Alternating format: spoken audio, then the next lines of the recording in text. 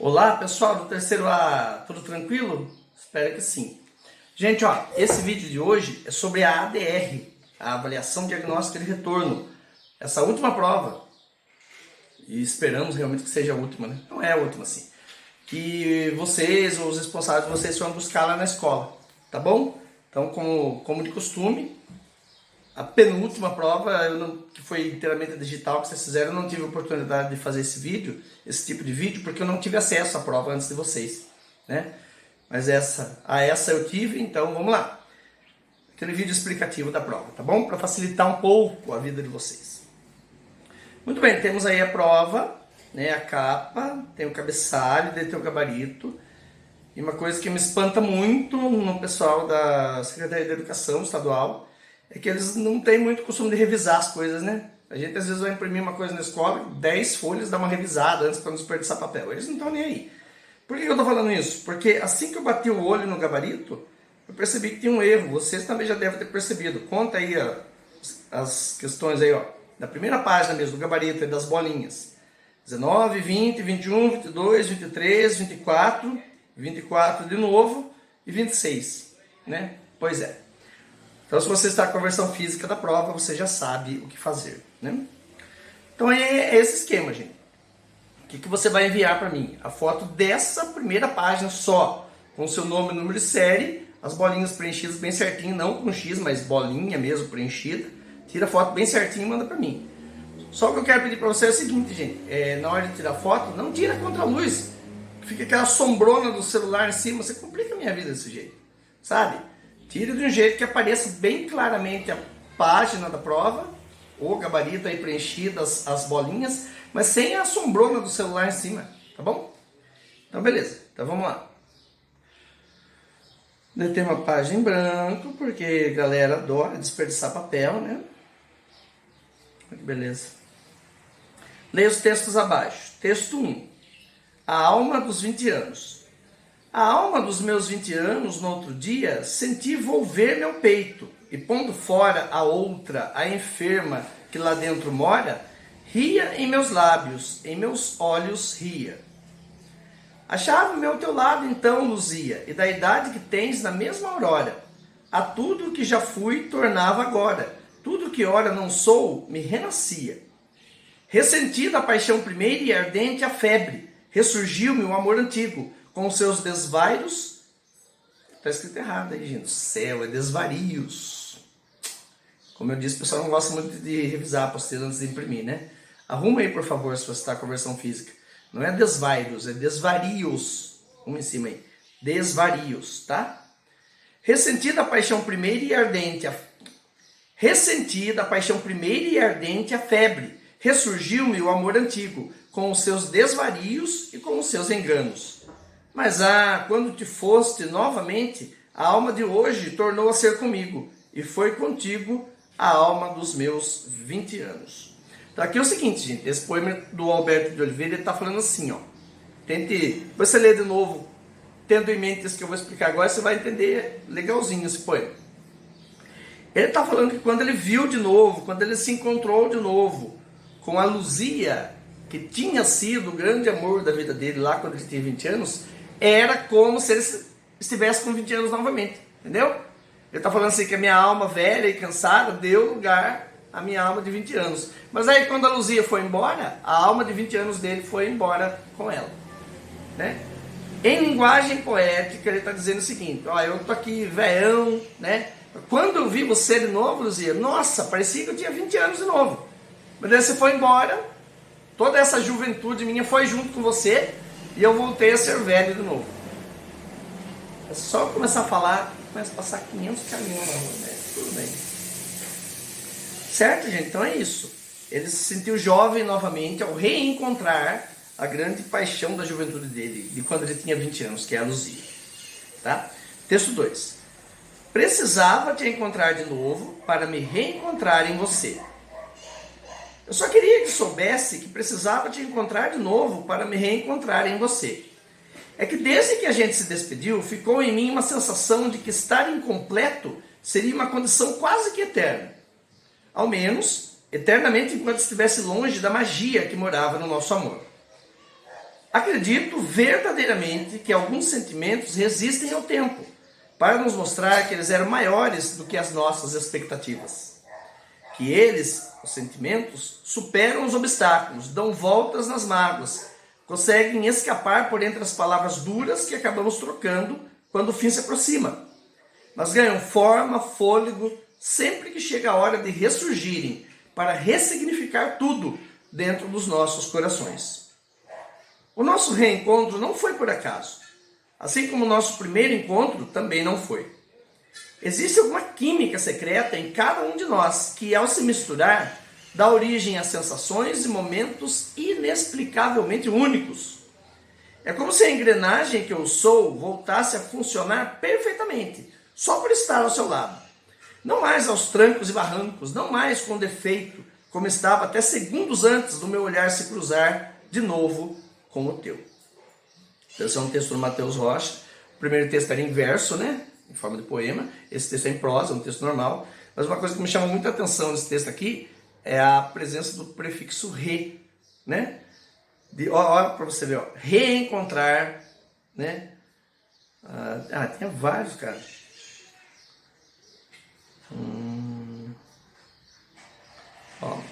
Reencontrar.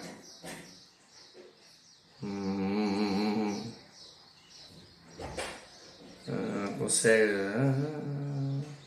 ressurgirem, ressignificar. Então, o re, esse prefixo re, ele tem o sentido de voltar a acontecer, que é exatamente o que ele está falando. Ó. Quando eu encontrei com você de novo, né, os sentimentos ressurgiram, a minha vida se ressignificou, sabe? Os sentimentos que ele tinha lá guardados lá dentro dele surgiram de novo, a vida dele ganhou um novo significado, porque ele se encontrou de novo. Então, sabe, uma renovação. Então, essa presença do prefixo re, em várias palavras aí, tem esse sentido. Tudo está acontecendo, tudo está se renovando na vida dele. Beleza? A partir desse encontro que ele teve com a amada. A gente tem a primeira questão, vira a página, segunda questão. Vai lá, leia o texto abaixo. A importância dos hábitos saudáveis. Olha, antes de eu começar a leitura do texto, esses numerozinhos que aparecem do lado esquerdo são para facilitar a vida de vocês. Provavelmente vai aparecer nas questões. É o número das linhas. Ó, repare para você ver. Ó. 5 é a linha 5. 10 é a linha 10. Tá vendo? Então, quando ele fala assim, na linha 12, por exemplo, é muito mais fácil para você achar onde é que está a linha 12. Beleza? Então tá bom. A importância dos hábitos saudáveis. Quando o assunto é reeducação alimentar, a primeira atitude é mudar os hábitos e o estilo de vida. É preciso mudar a ideia de estar de dieta e incorporar a ideia de viver em dieta. Isso não quer dizer que você nunca poderá consumir um docinho, uma fritura. Mas é preciso aprender que isso não deve ser parte de uma rotina alimentar.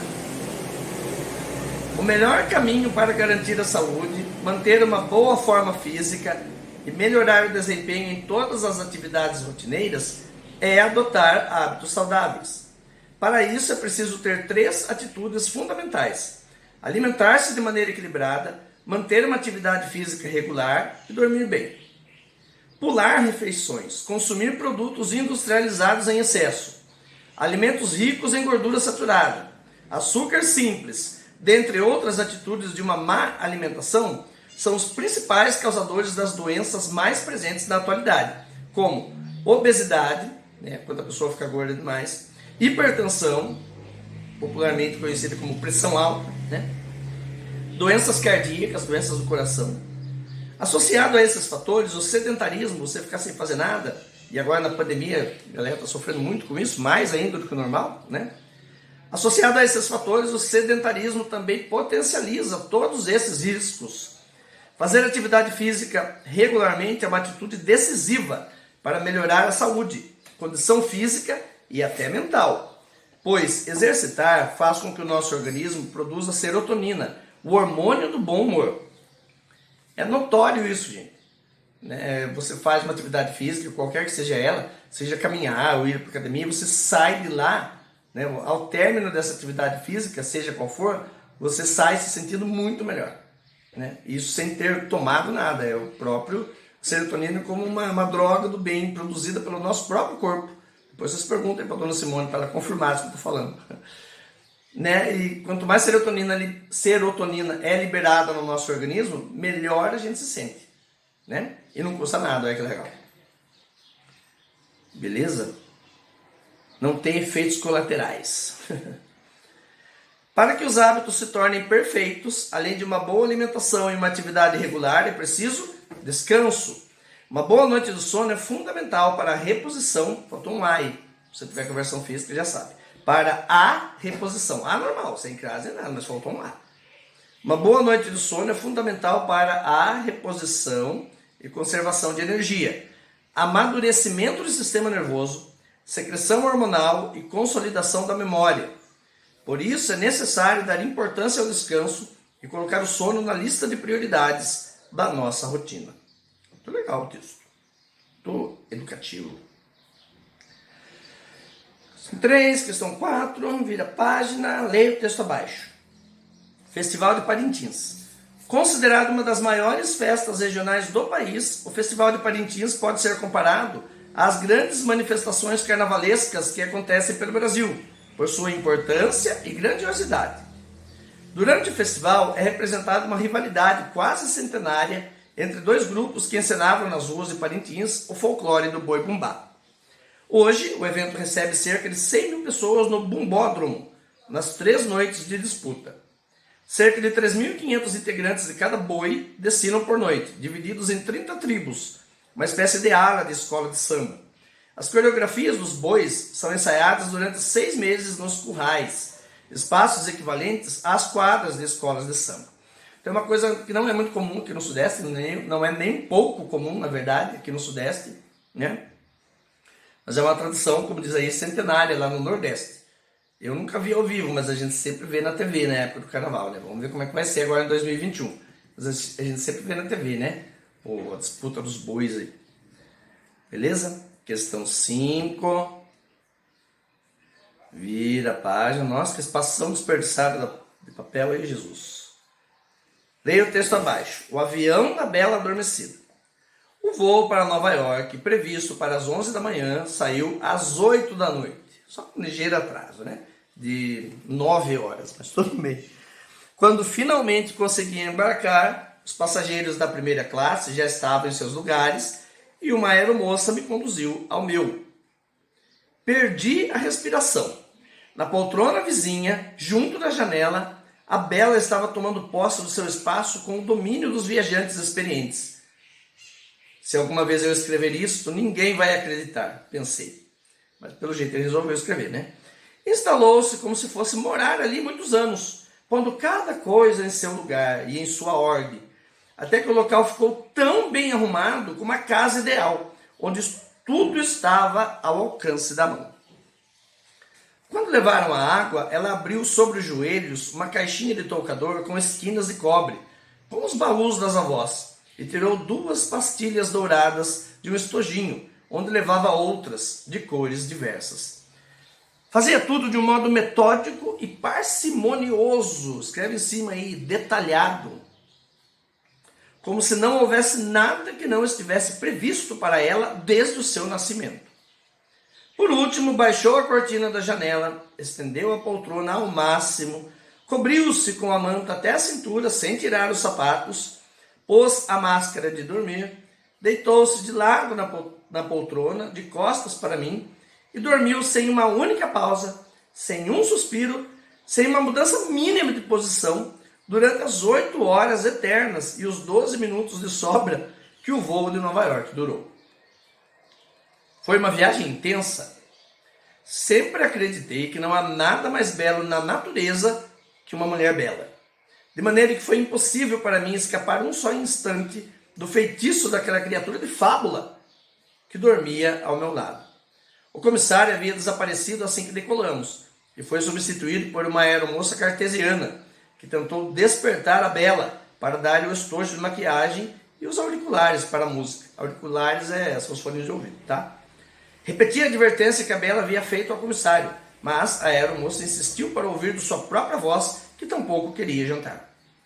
Foi preciso que o comissário confirmasse, e ainda assim a aeromoça me repreendeu, porque a Bela não havia colocado no pescoço o cartãozinho com a ordem de não ser despertada. Então, esse texto aí foi escrito pelo Gabriel Garcia Marques, né, um grande escritor, né, autor de 100 Anos de Solidão, sobre um encontro aleatório que ele teve com essa moça no avião aí, né? Bem peculiar a moça, inclusive. Bastante bonita, mas bastante sistemática também a garota. Questão 6, questão 7, questão 8. Vira a página. Leia o texto abaixo. Mudanças no visual feminino.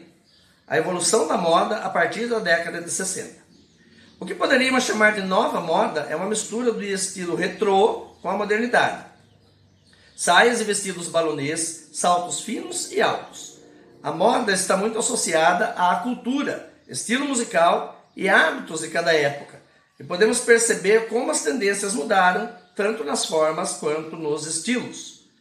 Para demonstrar o quanto os acontecimentos refletem na cultura e na moda, no início da década de 60, tivemos a corrida espacial e a Guerra Fria entre Estados Unidos e União Soviética. E essa época foi marcada pelas peças de roupas futuristas e inspiradas na pop art. Está escrito lá embaixo. Depois vocês podem confirmar com o Shelter, mas eu vou dar uma adiantada aqui para vocês. O que é pop art? Está lá embaixo. Movimento artístico que surgiu com o objetivo de desconstruir imagens referentes às culturas de massa. Voltando à programação normal. Em seguida, na década de 70, com a consolidação do movimento hippie, né, Ellen? Olha lá o movimento hippie. A Ellen, para virar hippie, falta só pôr um girassol aqui na orelha. Em seguida, na década de 70, com a consolidação do movimento hippie, as pessoas começaram a se adaptar às muitas sobreposições, ou seja, a moda era usar tudo junto.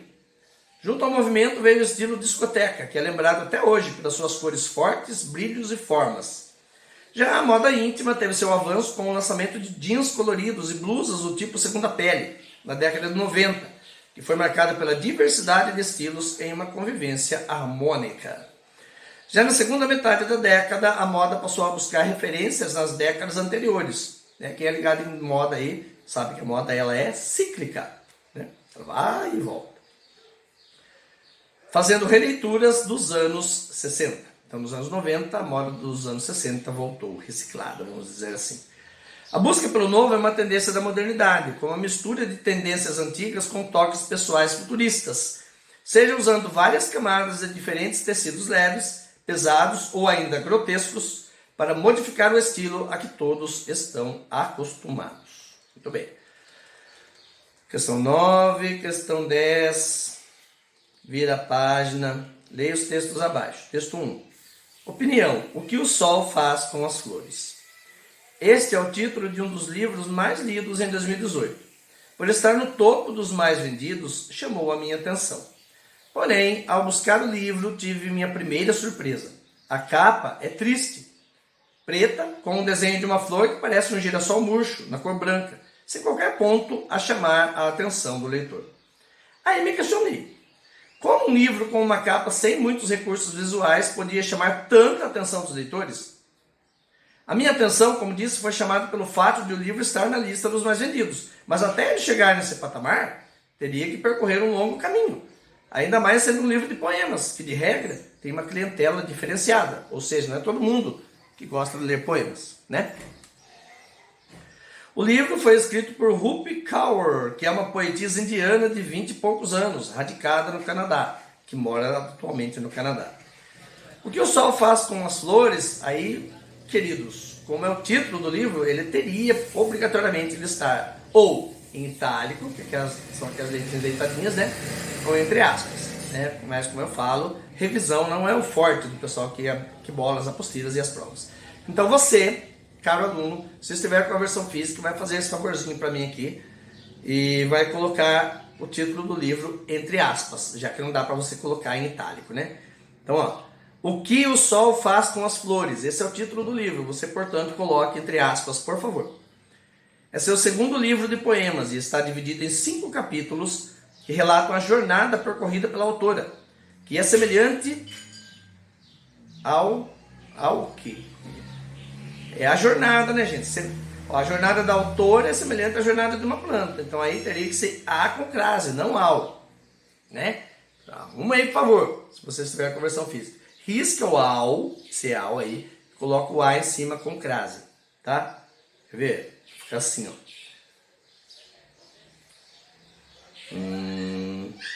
O que o Sol Faz com as Flores é seu segundo livro de poemas. Ele está dividido em 5 capítulos que relatam a jornada percorrida pela autora, que é semelhante com crase, a jornada, né, de uma planta que murcha, cai, cria raízes, cresce e floresce. Ou seja, todo o ciclo de vida de uma planta aí, até encontrar um lar dentro dela mesma. A escrita é simples, não parecem poemas, mas simplicidade não é sinônimo de não ter significado. Simplicidade não é a mesma coisa que ser sem sentido. Ou, pelo fato de apresentar estrutura diferente do tradicional, ter sua importância reduzida. Não é porque é diferente, não é porque não é tradicional, que não é importante. Tá? É certo que forma e conteúdo são importantes, mas que também devem se adaptar aos novos tempos. Mas o livro é, com certeza, diferente do que estamos acostumados a ver em livros de poemas.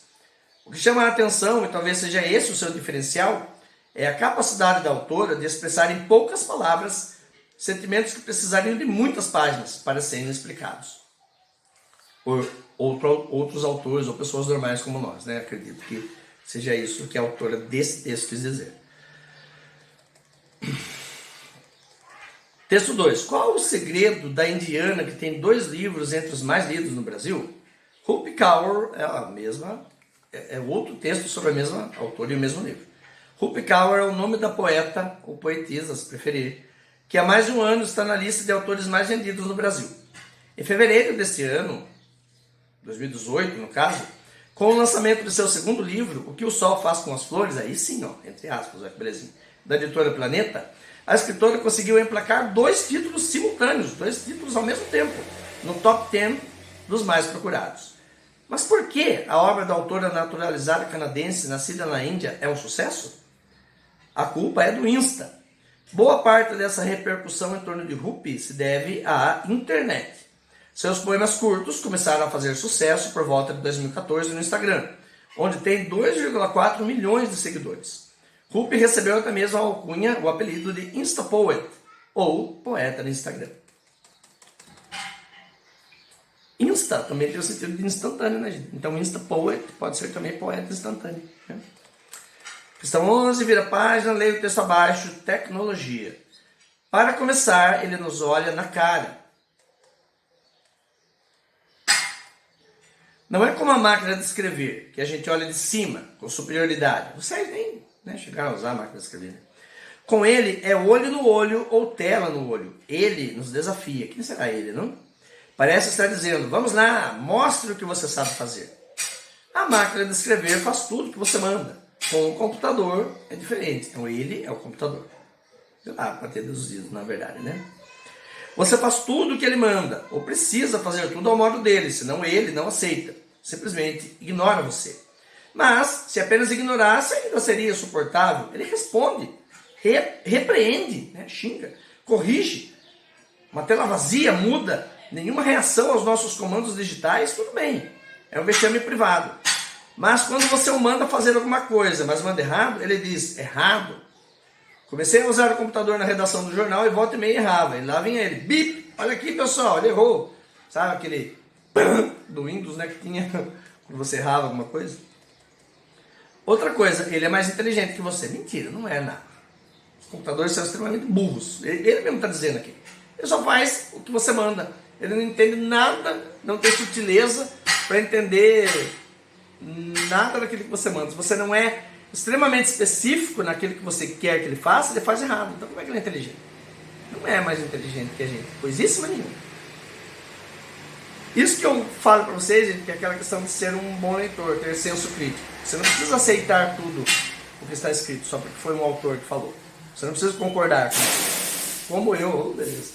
Como eu não estou concordando com isso que ele está falando aqui. Que o computador é mais inteligente que você. Não é. É super mega burro. Outra coisa, ele é mais inteligente que você. Sabe muito mais coisa e não tem nenhum pudor em dizer que sabe. Ele quis dar um tom humorístico pro texto dele aqui, né? Por isso que ele está falando isso. Esse negócio de que qualquer máquina só é tão inteligente quanto quem a usa não vale com ele, vale sim. Está subentendido nas suas relações com o computador que você jamais aproveitará metade das coisas que ele tem para oferecer.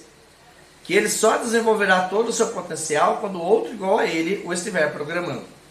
A máquina de escrever podia ter recursos que você nunca usaria, mas não tinha a mesma empáfia, porque a empáfia está lá, petulância, atrevimento.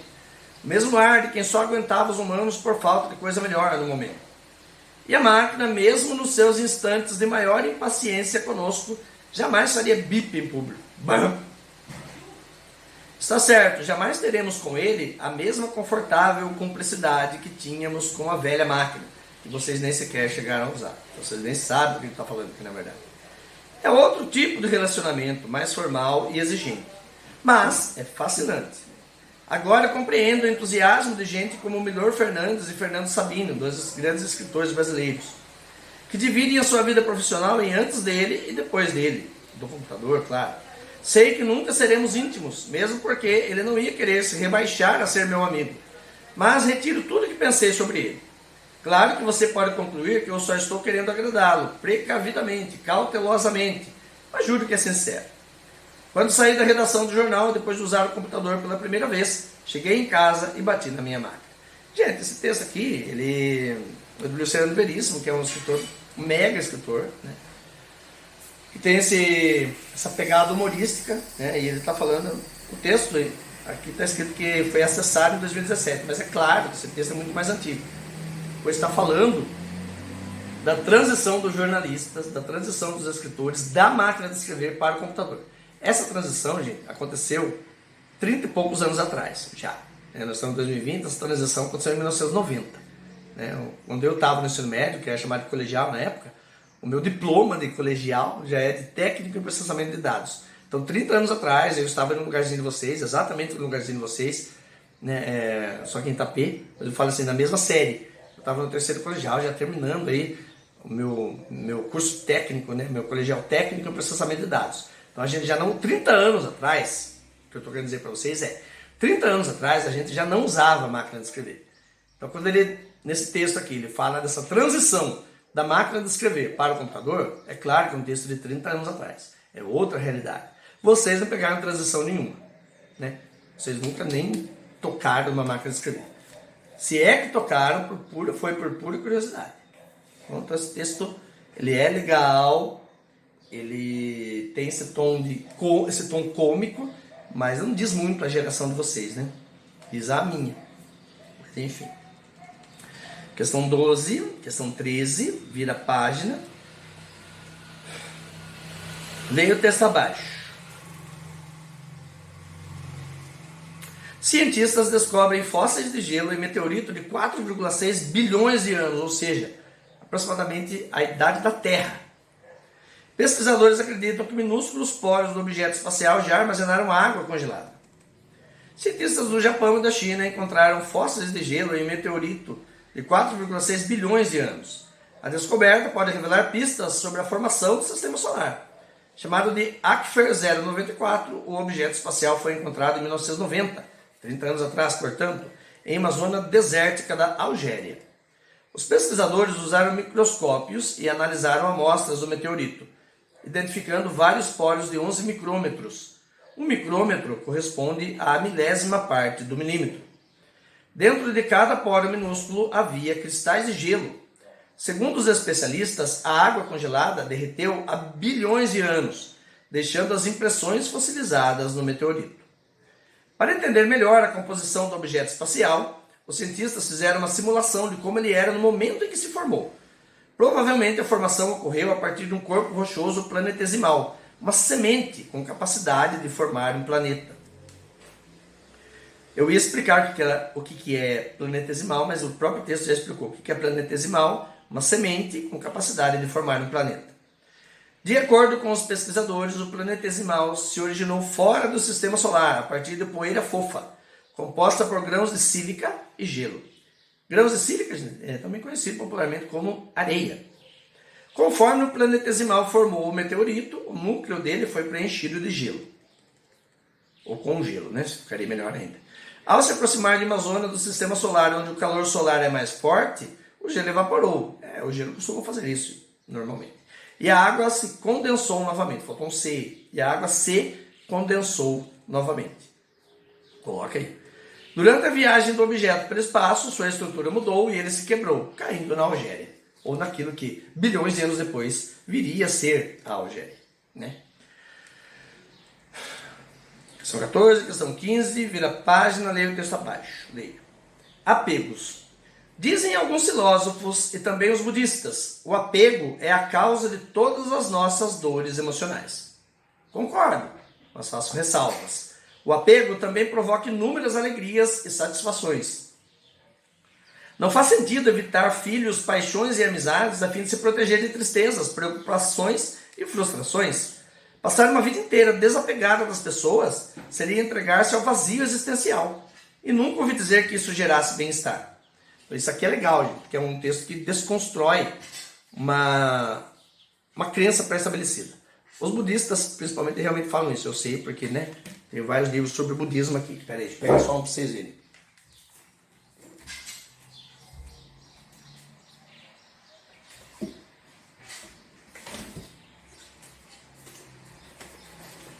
Ó, esse livro aqui, por exemplo, ele está em inglês, mas ele tem em português também. Se você procurar no Estante Virtuoso, vai achar. Buddhism is not what you think.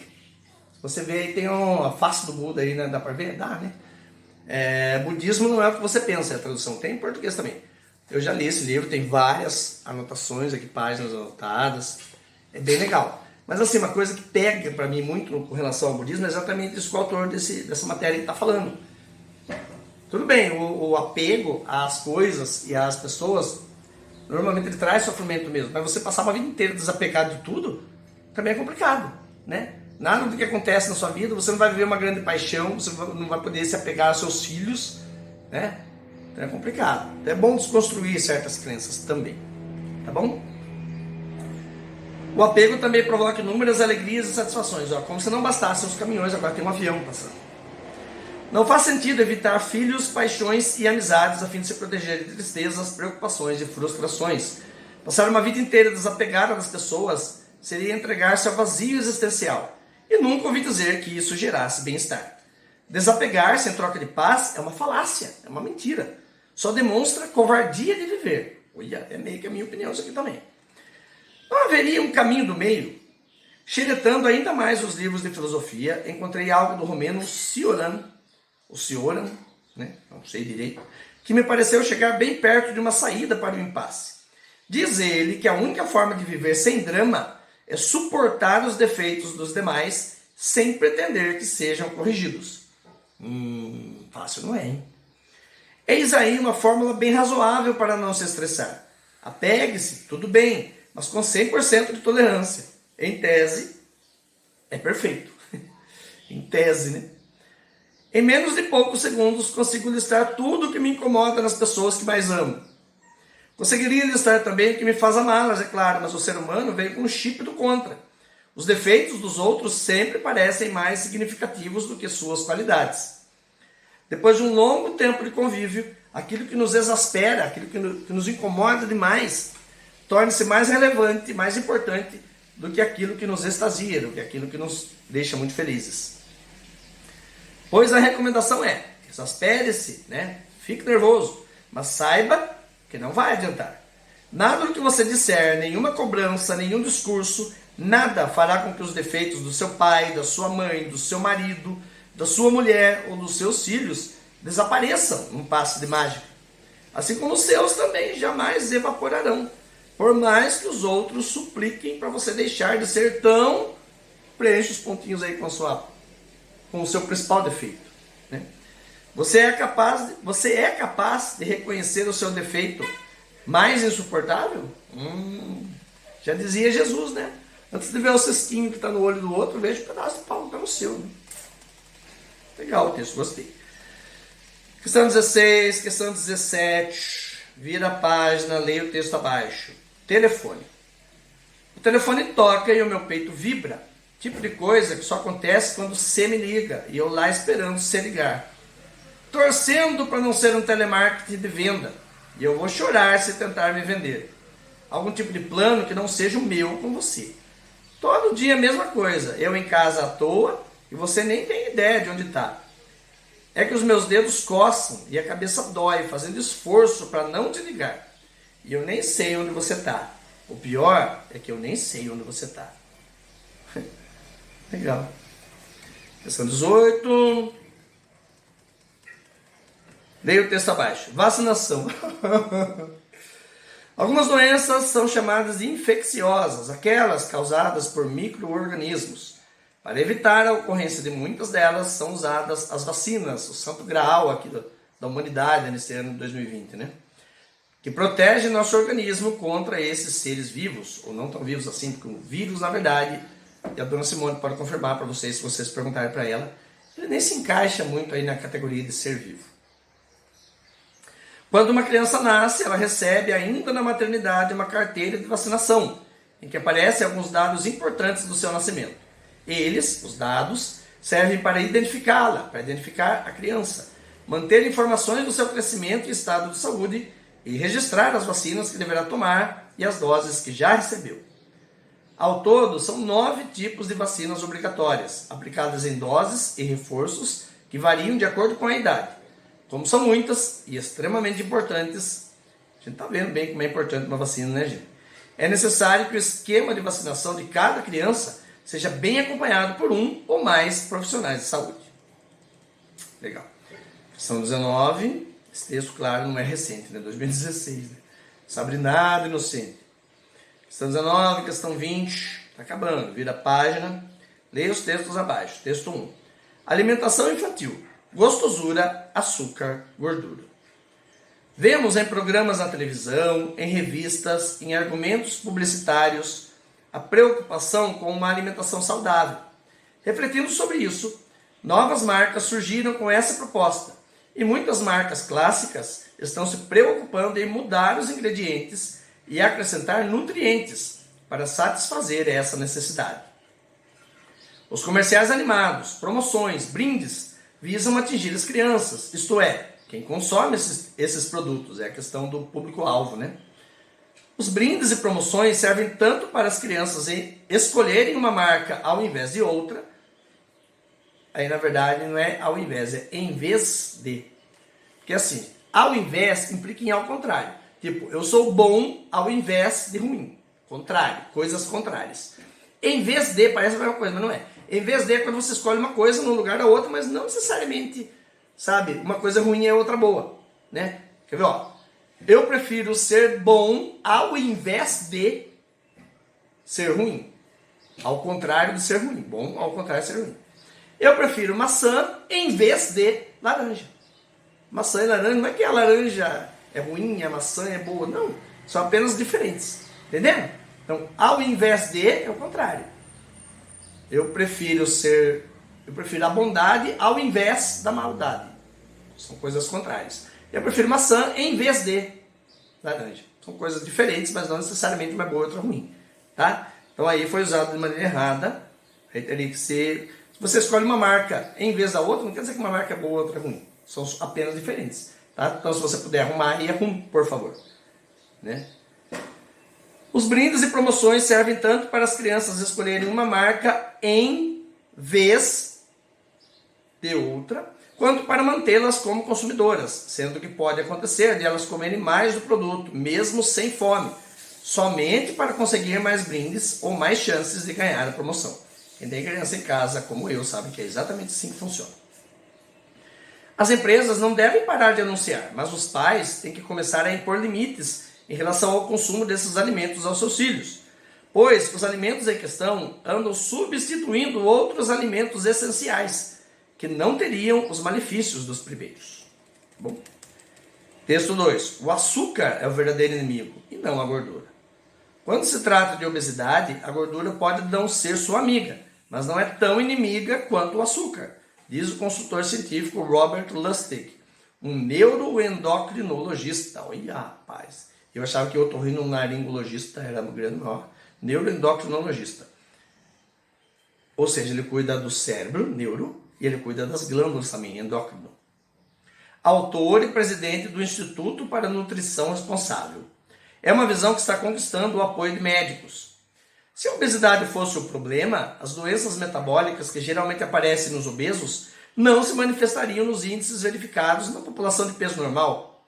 Mais da metade das populações dos Estados Unidos e do Reino Unido estão experimentando efeitos normalmente associados à obesidade, ou seja, os caras não são obesos, mas estão sofrendo de doenças como se fossem obesos, né? Se mais da metade da população tem problemas, não pode ser uma questão de comportamento. Deve ser um problema de exposição. E essa exposição é ao açúcar. O que é necessário é limitar a disponibilidade para reduzir o consumo de açúcar, lógico, e reduzir os problemas de saúde relacionados ao açúcar, diz ele. As propostas incluem colocar advertências de saúde nas latas de refrigerantes, tipo aquelas que vêm no cigarro, né? Dar o mesmo tempo de publicidade ao marketing de frutas e legumes e acordos voluntários para reduzir o conteúdo de açúcar. Olha só. Questão 21, vira a página. Questão 22. Questão 23. Tem o texto abaixo. I love you, bem louvado. Todo dia ela passava desfilando em nossa rua, formosa que só a lua, que de noite alumiava. Um dia meus olhos olharam o jeitinho dela andando, os cabelinhos balançando, meus friviaram. 1000 cupidos me flecharam, me deixando apaixonado. Nesse dia eu disse a ela, I love you, bem louvado. Depois foi tanto chamego, beijo e cheiro no cangote, meu peito dava pinote, num grande desassossego. Eu sempre dizia a ela, I love you, bem louvado. Debaixo de um cajueiro deu-se o nosso casamento.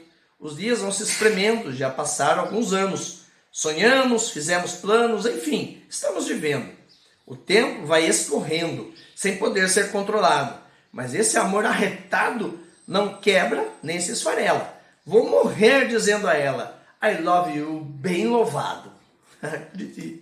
Era do Braulio Bessa.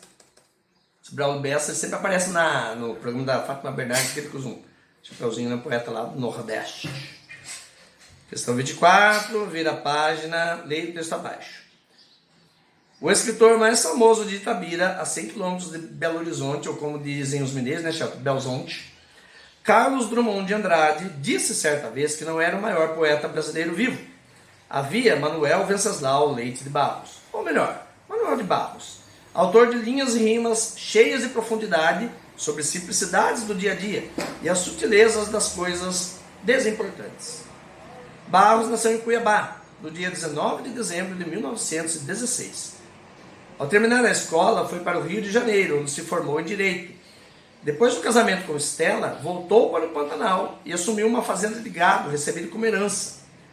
Cronologicamente, o poeta pertence à terceira geração modernista, de 1945, assim como João Cabral de Melo Neto, que nasceu em 1920 e morreu em 99, e João Guimarães Rosa, que nasceu em 1908 e morreu em 67. Os autores dessa fase ficaram conhecidos pelo apuro com as letras. Apuro, no caso, aí não é do jeito que vocês estão acostumados a pensar. Estou apurado para ir no banheiro. Não. Apuro é cuidado extremo. Então, se quiser escrever aí, cuidado extremo em cima do apuro. Aí. E ficaram conhecidos pelo apuro com as letras e menor apego a padrões estéticos. Ou seja, eles não estavam tão preocupados com a forma, mas sim com o conteúdo da sua literatura, dos seus poemas. Com o tempo, o escritor conquistou notoriedade, conquistou fama no meio literário.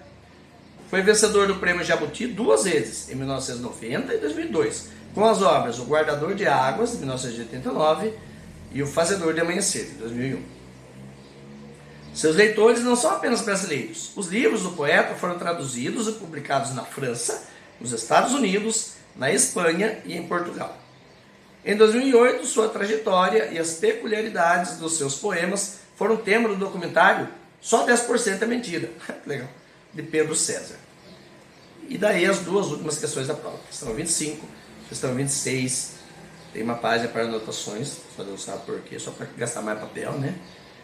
Mas enfim, espero ter ajudado. Terceiro A, beleza? Fiquem com Deus então, façam a prova rápido, pelo amor de Deus, tira a foto e manda para mim. Valeu!